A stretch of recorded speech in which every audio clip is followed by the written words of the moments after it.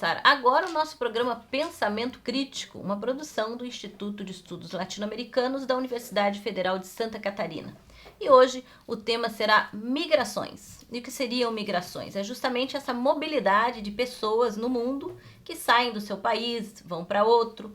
E hoje, segundo dados da ONU, existem 232 milhões de pessoas fora dos seus países e que se mobilizam justamente em função de desastres, em função de guerras ou mesmo de perseguição política. Nesse momento que estamos vivendo grandes confrontos na região do Oriente Médio, Palestina e Norte da África, esse número cresce naquela região. E temos assistido aí também, pelos canais de televisão comercial, o drama de milhares de famílias que saem pelo mar afora, em situações horrorosas, tentando chegar num lugar seguro. Então, no programa de hoje, vamos conversar com o professor do Departamento de História aqui da UFSC e integrante do Instituto de Estudos Latino-Americanos, Valdir Rampinelli, e também com o doutorando em Demografia pela Unicamp e que também é pesquisador do Observatório das Migrações de Santa Catarina, da UDESC, e faz parte do Grupo de Apoio ao Imigrante e Refugiado de Florianópolis e região, Luiz Felipe Aires Magalhães. Então, começamos, professor Rampinelli. Que panorama poderíamos ter hoje desse drama das migrações no mundo? Na verdade, o problema das migrações é algo inerente ao próprio capitalismo. Desde que o capitalismo começou a se estruturar no mundo, a partir do século XVI, as migrações começaram a acontecer. E eu diria que, principalmente no século XIX, quando a Europa entrou em uma crise aguda, de 1875 a 1895, foi onde o problema das migrações se acentuaram. Tanto é que aqui em Santa Catarina, os descendentes de italianos, por exemplo, que vieram, entre aspas, fazer a América, na realidade foram cuspidos no mar, os operários, foram empobrecidos os camponeses e foram jogados pelas ruas e pelas estradas da Itália aqueles que não encontravam trabalho. Vieram para cá, portanto, os pobres, os miseráveis, aqueles que não tinham aonde cair morto. E esse problema se acentuou com as outras etnias também. Por isso, o capitalismo é o responsável por tudo isso. Eu diria, como você falou, Elaine, que as razões são econômicas, são conflitos de guerra e são ideológicas. Mas as principais razões são as econômicas. Se nós olharmos o mapa da ONU, que trata das migrações, nós vamos ver que toda a América Central e o México migra para os Estados Unidos em busca de trabalho. Se nós pegarmos alguns países da América do Sul, principalmente o Equador, migram para a Europa. E se nós pegarmos a África no seu todo, ela também vai para a Europa. E todo esse povo vai em busca de trabalho. Todo esse povo vai ganhar a vida, inclusive para depois mandar parte dos recursos para a família que fica. Eu diria então que hoje na América Latina as migrações é um fenômeno muito grande e eu diria, quase não se leva isso em consideração, mas as guerras e os conflitos ideológicos, eles estão crescendo e estão se aproximando das migrações por conta do fator econômico. E aqui eu quero lembrar que a Agência Central de Inteligência na América Latina é uma das grandes responsáveis pelas migrações. Dou apenas um exemplo. A Guatemala tem aproximadamente 250 mil pessoas que tiveram que sair do seu país por conta da guerra que começou em 1954 e o acordo foi assinado em 1996. E a grande responsável por jogar todos esses guatemaltecos, seja no sul do México, nos Estados Unidos ou em países centro-americanos, foi a Agência Central de Inteligência. Luiz Felipe, e tu, que podes nos dizer um pouco, de uma maneira geral, desse problema da migração? Eu acho que o professor Rampinelli já destacou aspectos bastante importantes e fundamentais do estudo e da e da análise da prática militante no que se refere às imigrações.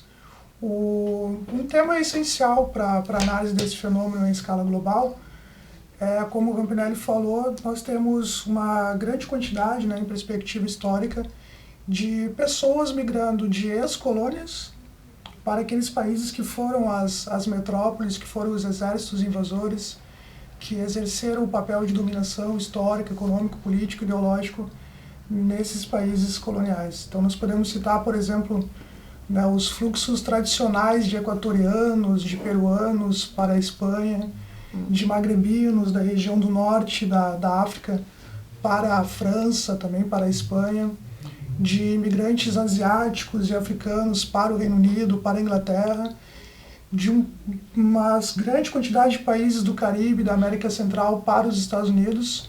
Então são todos resultados, produtos históricos de invasões econômicas, políticas que aconteceram anteriormente e que geraram o que a literatura chama dos migrantes coloniais. E um importante momento desse processo migratório hoje, então, ademais do processo de imperialismo e ademais da intensificação das desigualdades econômicas nacionais, continuam sendo as presenças militares de um país em outro, né? E é justamente no contexto dessa presença militar de um país em outro e a sua capacidade de inserir um país no destino das opções migratórias do país que é invadido, que é ocupado, que eu situo a presença dos imigrantes haitianos no Brasil, né? Nós temos uma suposta ação de restabilização da paz, implementada em 2004 no Haiti, que há profundas divergências sobre a necessidade delas, profundas divergências sobre se o Haiti estaria no contexto de guerra civil que justificasse essa inserção, essa presença militar internacional no país, que fazem com que desde 2010, a par de um aumento da crise capitalista nos destinos tradicionais da imigração haitiana, como Estados Unidos, como França, como Canadá, faz com que essa imigração, que é histórica, que já teve vários destinos, vários processos históricos, encontre agora o nosso país, encontre o Brasil, desde o final de 2010, e que nos coloque em uma série de desafios em termos de políticas públicas, em termos de acolhimento e em termos de uma inserção sociolaboral digna. E é importante a gente lembrar um aspecto dessa questão da migração, é que justamente como as pessoas acabam optando por migrar para os países que eles têm como referência, que são justamente os países invasores, e ao chegarem nesses países, o que eles encontram? Eles encontram violência, eles encontram leis que justamente impedem ou pelo menos tornam muito mais difícil a existência deles nesse lugar, né? Isso é um tremendo paradoxo, mas é assim que as coisas são. Não? E eu vejo também as migrações como um ajuste de história. Por quê? Se a gente pegar o Walter Rudney, no livro dele, ele mostra de como a Europa subdesenvolveu a África. O que ocorre hoje na Europa? É que os africanos estão voltando. Exatamente porque eles foram explorados durante séculos, desde o século XV até a atualidade. A região era desenvolvida, se tornou subdesenvolvida, e esta volta dos africanos se jogando no Mediterrâneo ou se metendo deserto adentro para chegar na Europa é uma tentativa de dizer o seguinte: escuta, nós estamos cobrando historicamente o subdesenvolvimento que vocês nos impuseram. Vocês desarrumaram todo o continente. Nesse livro de como a Europa subdesenvolveu a África, o historiador Rudney mostra como tudo foi alterado. A integração deles internamente, o comércio, como eles se relacionavam, tudo isso foi posto abaixo. E a Europa dividiu a África do jeito que quis. E hoje, então, ela paga esse preço. Lembro que um sociólogo português, Boaventura Souza, dizia: não adianta você cercar a Europa com os muros, por mais altos que eles sejam, porque eles serão saltados pelos famintos que vêm de outras partes do mundo. Legal, e a gente então já no segundo bloco voltamos com mais informações, inclusive sobre o Haiti, né, que é um espaço bem importante para a gente pensar a nossa América e também sobre como é que o Brasil tem vivenciado essa problemática das migrações, tá bom? Já voltamos.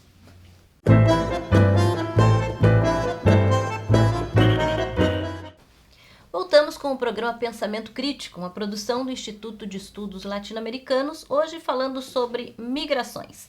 E falávamos desse paradoxo, né, das pessoas que tentam vir para os lugares e que encontram toda uma legislação, inclusive, que impede, atrapalha, obstaculiza uma vida melhor para essas pessoas.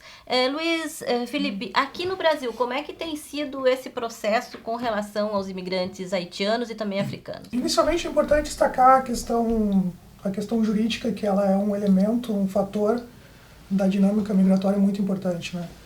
Desde 2007, 2008, os principais destinos da imigração, especificamente haitiana, se encontram num contexto de crise capitalista, né? Uma crise capitalista que se pare a partir das relações financeiras de reprodução do capital, mas que logo se espalha também para a chamada economia produtiva, para o emprego e, por consequência, para os níveis de remessa que são enviados desses destinos tradicionais para o Haiti, e que intensifica, né, um processo que a gente está vendo com bastante atenção agora na conjuntura atual, intensifica um discurso de ódio, de xenofobia, é muito habilmente apropriado por setores da direita, por setores da extrema-direita desses países, que manipulam a informação pública, e aí os veículos de comunicação têm uma atuação importantíssima nisso, manipulam a informação pública contra a presença desses imigrantes. Então, assinam o que chamamos as chamadas seletividades migratórias, que é um conjunto de questões que dificultam desde a entrada até o acolhimento, até o trabalho, até a poupança, e diminuem, portanto, o nível de remessas, que é algo tão necessário para essas economias. E o Brasil, na contramão dessa conjuntura, criou um visto de ajuda humanitária específico para o caso dos haitianos em janeiro de 2012. Esse visto de ajuda humanitária, que ainda não foi incorporado como uma política de Estado, é uma resolução normativa, ele cria condições muito favoráveis para que o imigrante haitiano, tenha condições de vir para o Brasil, de obter uma carteira de trabalho, de obter um CPF e, por consequência, uma cédula de identificação do estrangeiro, o Registro Nacional de Estrangeiro. É um processo que demora, mas a partir do momento em que ele chega no território brasileiro e pede refúgio, ele obtém esses documentos que lhe permitem circular pelo território brasileiro e lhe permite também ser alvo de recrutamentos, né? De recrutamentos que desempenham explorações e superexplorações da força de trabalho, inclusive no nosso estado. Mas então o que a gente percebe é que, na contramão da conjuntura global, o Brasil tem oferecido condições mais vantajosas e propícias.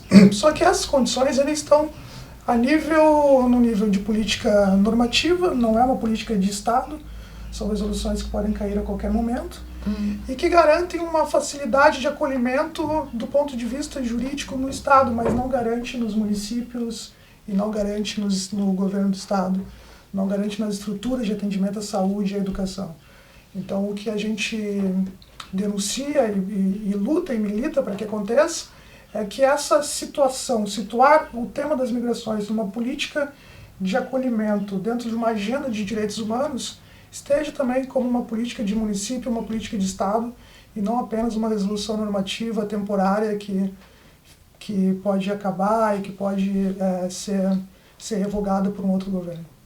E do ponto de vista econômico, que implicações tem toda essa migração, professor? Bom, sobre o Haiti seria interessante lembrar que toda esta penúria que vive o país foi imposta pelos países capitalistas. O Haiti foi o primeiro país a se tornar independente nas Américas em 1804. E não só isso, o Haiti ajudou e foi decisivo no fim da escravidão negra em toda a América Hispânica. O Bolívar, quando passou por lá, se comprometeu em, pisando na Venezuela, vindo da Jamaica, acabar com a escravidão. O Haiti ajudou os Estados Unidos a se tornarem independentes. quando um exército do Napoleão III foi derrotado na ilha e não foi reconquistar a Louisiana. E o Haiti foi o primeiro país da América Latina a pôr freio nos Estados Unidos no que toca à expansão do mercado, quando o Haiti, no final do século XIX, disse não ao pan-americanismo e não participou daquela famosa conferência de Washington, quando os Estados Unidos, dizia o José Martí, cheio de produtos invendíveis, chamaram toda a América Latina para dizer, agora vocês vão comprar o que nós produzimos.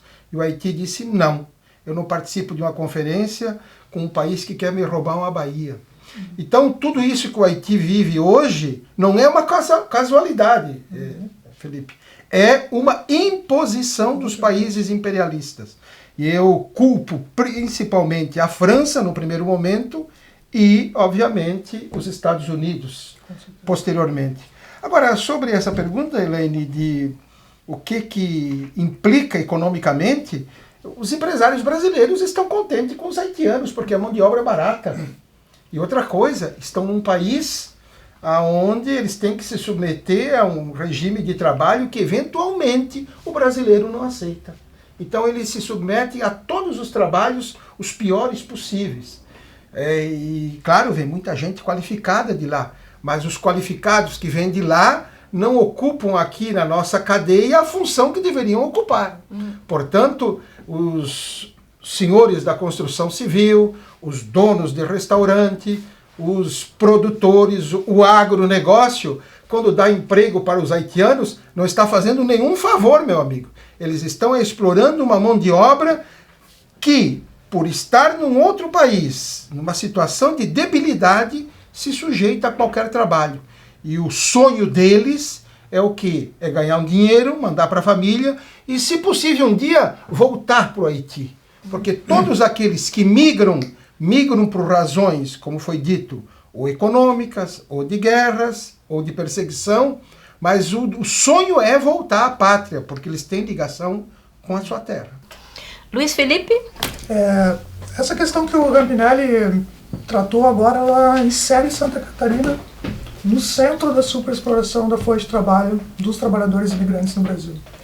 O nosso trabalho de campo tem revelado estratégias muito violentas de extração, de apropriação de uma parte do valor do salário desses imigrantes, estratégias de violação do valor da força de trabalho deles em vários municípios de Santa Catarina. Nós acompanhamos o processo de recrutamento, nós acompanhamos algumas condições de trabalho, em especial no oeste do estado, e nós visualizamos também algumas condições de alojamento deles também no oeste, e as contradições são as piores possíveis. Nós identificamos pelo menos 3 mecanismos de superexploração da força de trabalho ou de apropriação de parte do valor do salário deles como uma forma de explorar eles ainda mais em relação aos trabalhadores brasileiros.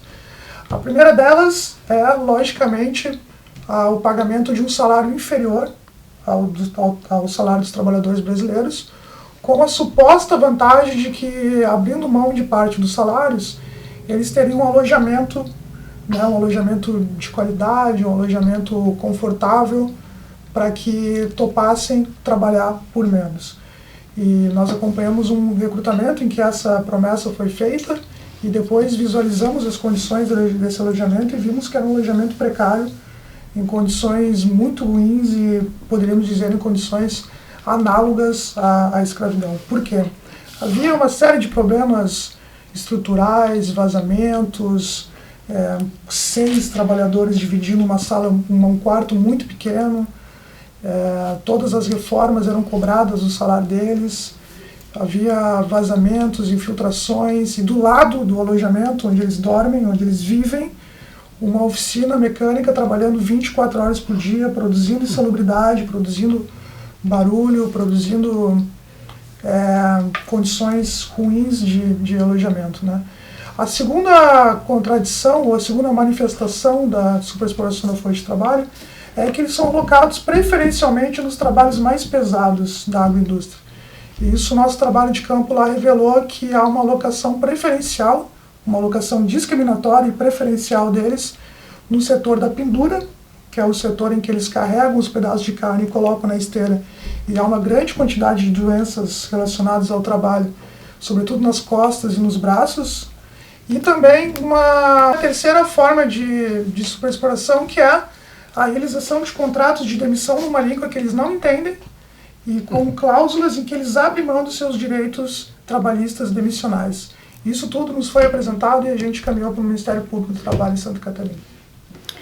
Ok, a gente já continua com esse tema no programa Pensamento Crítico. Aguarda só um pouquinho.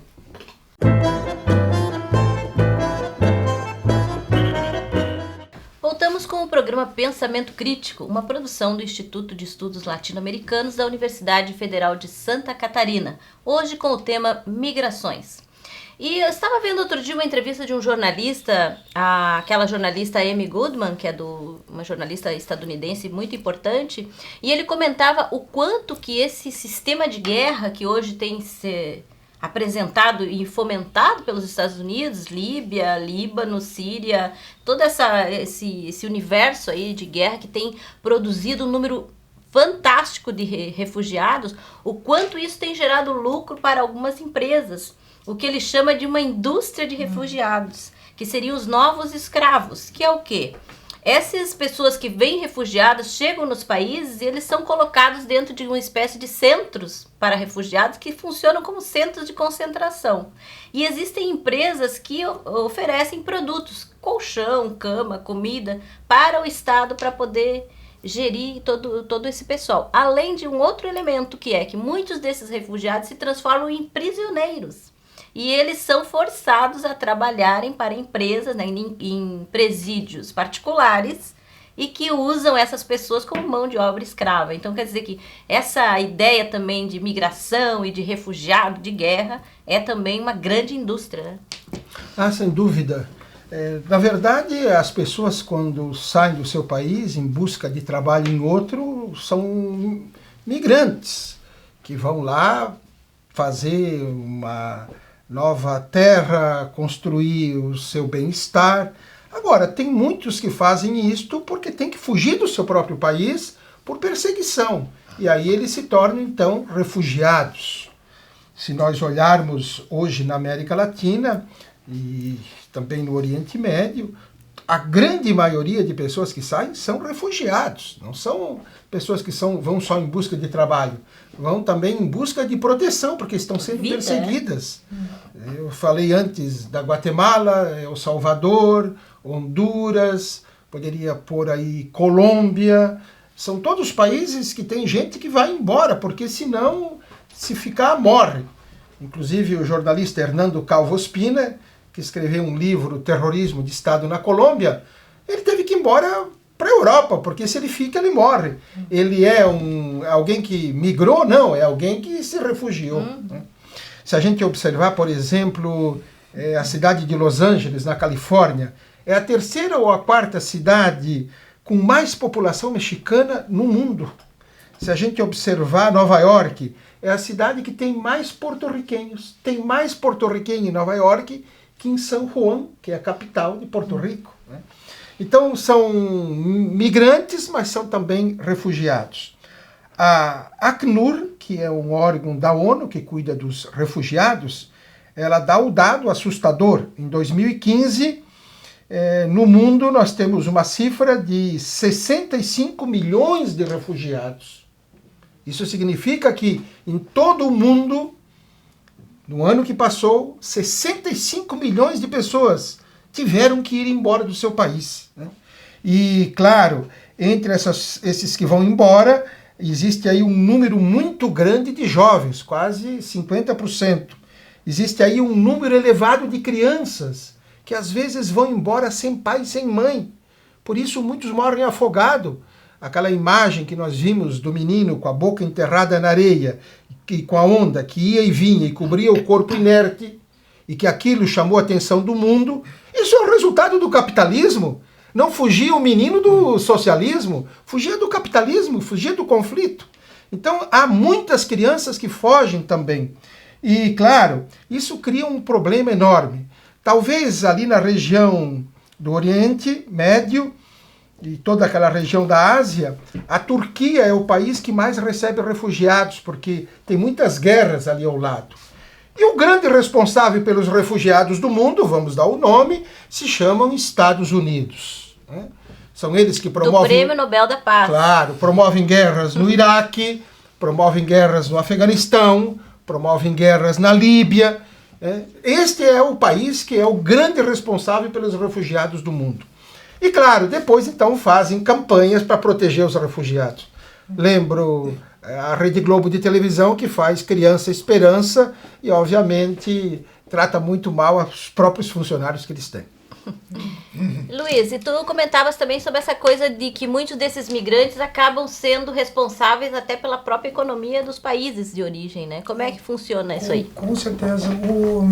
O Haiti hoje é um país dependente de remessas, né?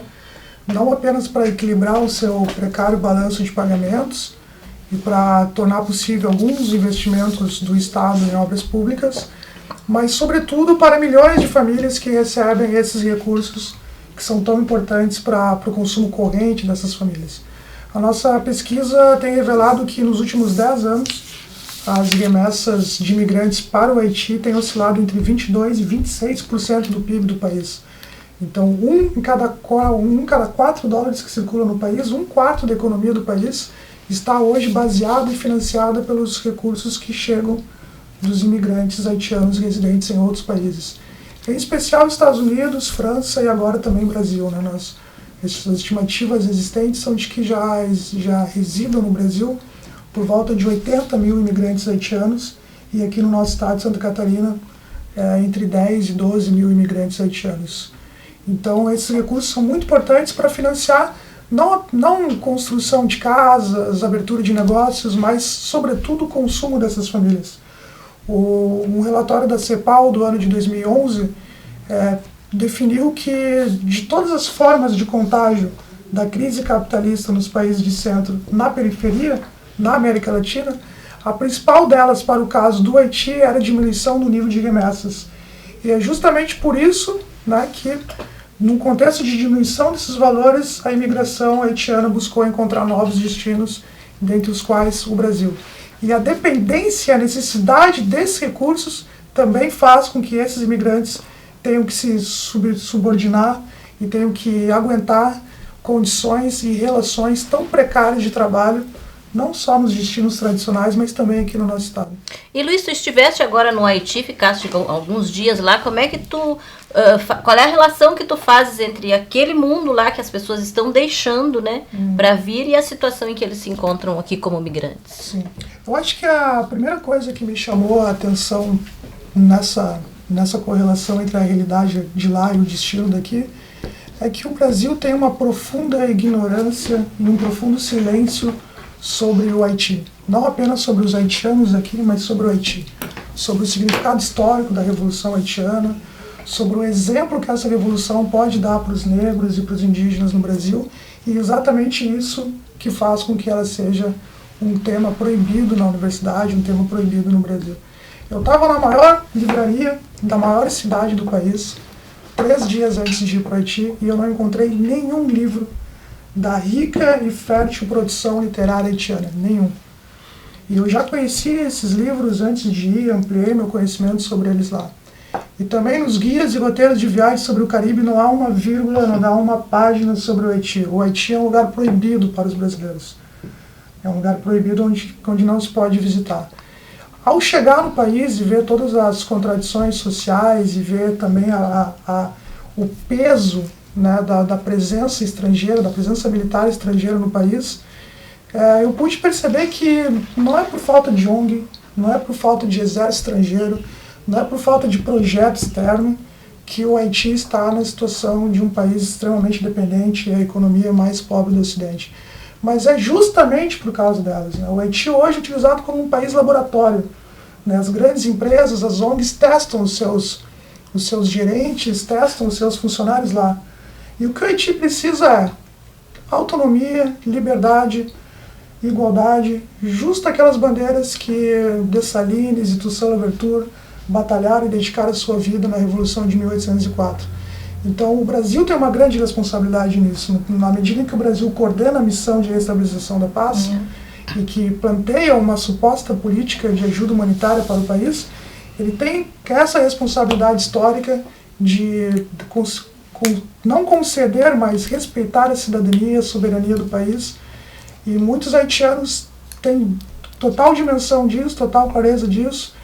Do ponto de vista político atual, as eleições no país do ano passado, né, houve uma grande manifestação de que elas tivessem sido fraudadas, fossem eleições fraudulentas, e o Haiti está agora, né, na conjuntura atual, tentando refazer o seu processo de disputa política interna, com eleições agora para outubro desse ano, e tentando reconstruir a sua democracia, que é tão vitimada pela presença externa. Legal, a gente volta depois no próximo bloco, que esse terceiro já terminou. Então, segura aí que a gente já vem.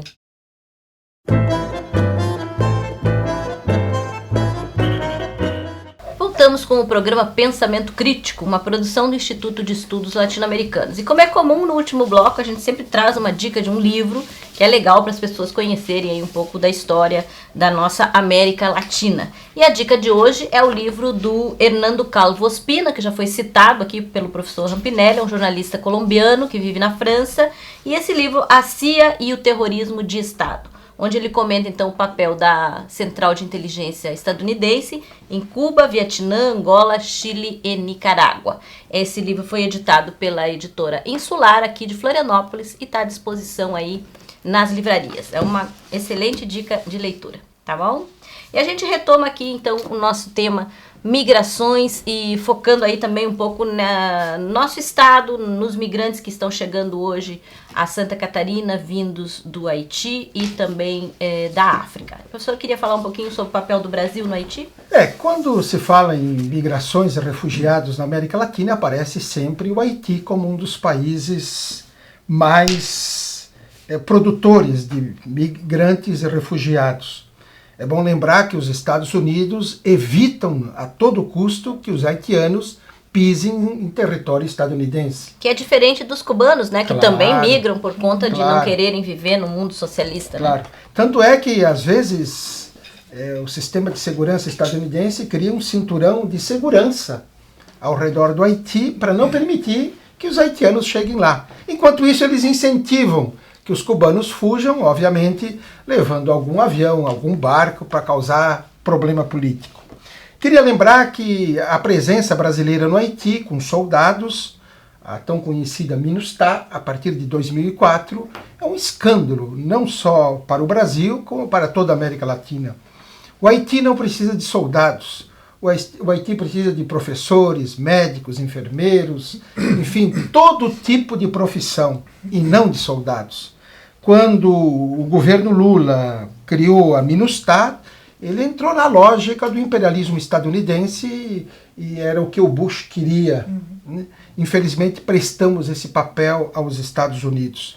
E o Hugo Chávez fez duras críticas à presença brasileira no Haiti, principalmente com soldados, e penso que o Brasil deve sair o mais rápido possível. O país que hoje ajuda o Haiti, inclusive recebeu uma carta da ONU, só que essa carta não foi divulgada, é Cuba.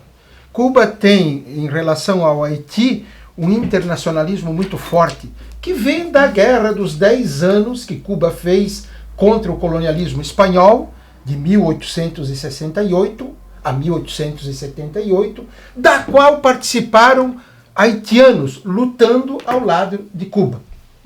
Tanto é verdade que em 1891, quando José Martí cria o Partido Revolucionário Cubano, que vai ser uma semente do Partido Comunista Cubano de 1965, o primeiro artigo deste partido diz o seguinte: nós temos que lutar pelas independências da região, é o internacionalismo. Por isso é Cuba que faz um papel fundamental com o Haiti, não é o Brasil.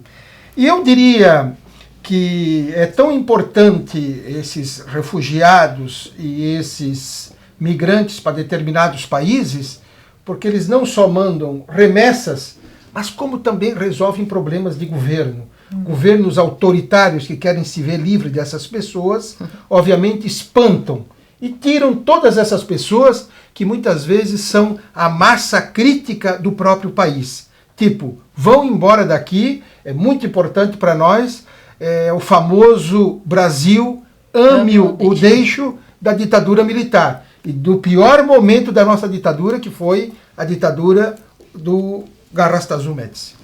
E vamos falar agora do papel dos meios de comunicação, né? E como que eles acabam criando uma ideia totalmente distorcida dos migrantes. Exatamente, Lana. A gente tem uma pesquisa no Observatório das Migrações aqui de Santa Catarina, em que a gente visa analisar qual é a cobertura, qual é a forma com qual a imigração haitiana é tratada nas páginas dos jornais. E talvez a mais significativa dos jornais que a gente analisa é o maior jornal diário de circulação no Brasil, que é a Folha de São Paulo. E alguns dados sobre como a Folha de São Paulo analisa os imigrantes haitianos no Brasil são bastante simbólicos de uma estigmatização do imigrante no Brasil. O primeiro dado significativo é que a maior parte das reportagens, 63% delas, possuem menos de uma página. Então, são matérias curtas sobre um tema muito importante. O segundo dado significativo é que 69%, quase 70%, 69% dessas matérias não possuem foco descritivo nas origens do processo migratório. Então o leitor não sabe do que eles migram, quais são as dificuldades que eles encontram no caminho, quais são as dificuldades da origem que impulsionam o movimento, e também não criam as condições de empatia do leitor com esse imigrante, que é algo fundamental para que aconteça melhores relações de integração à sociedade. A migração ela é mencionada nas manchetes em 71% das manchetes com temas negativos. Então palavras como fuga, disputa por mercado de trabalho, invasão haitiana são muito comuns e que dão um estereótipo negativo para esse fenômeno. Também utilizam pouco número de fontes, 27% dessas matérias utilizam apenas uma fonte, ao passo que 61% das matérias não utilizam nenhuma fala dos imigrantes. Então, o processo migratório, a voz oficial que se tem é do Estado, alguns pesquisadores, mas a maior parte das reportagens não dá voz aos imigrantes, que é algo importantíssimo para a gente conhecer a real dimensão do processo migratório. Por fim, 70% das matérias não apresentam o contraditório, né, quando o imigrante faz alguma denúncia do Estado, da política migratória que não é respeitada, 70% das matérias não analisam o contraditório, porque não dão voz aos imigrantes. E também 71% dessas matérias não cita a legislação sobre migração ou sobre refúgio. E conhecer a legislação é o passo inicial para saber da responsabilidade que o Estado tem no atendimento aos direitos humanos desses imigrantes.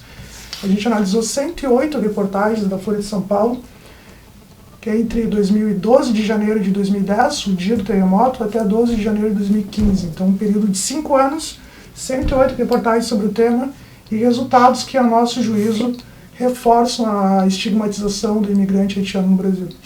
E é importante lembrar, né, que quando são migrantes ricos que vêm comprar terras, imóveis de alto nível, eles são apresentados como coisas muito boas para economias locais, né? E quando vem o pobre, e no caso do Haiti, com o agravante de ser negro também, né, que aí vem todo o componente de racismo que a nossa sociedade tem, aí a coisa complica mesmo, né? Então, já estamos encerrando o nosso programa, eu deixo aí as palavras finais para vocês.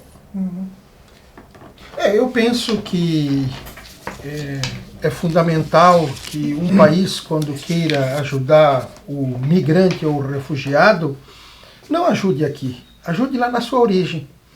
E a melhor maneira de ajudar o Haiti é a gente fazer com que o Haiti se desenvolva, fazer investimentos lá, criar condições, e não dar uma pequena ajuda aqui, que na realidade não é ajuda nenhuma.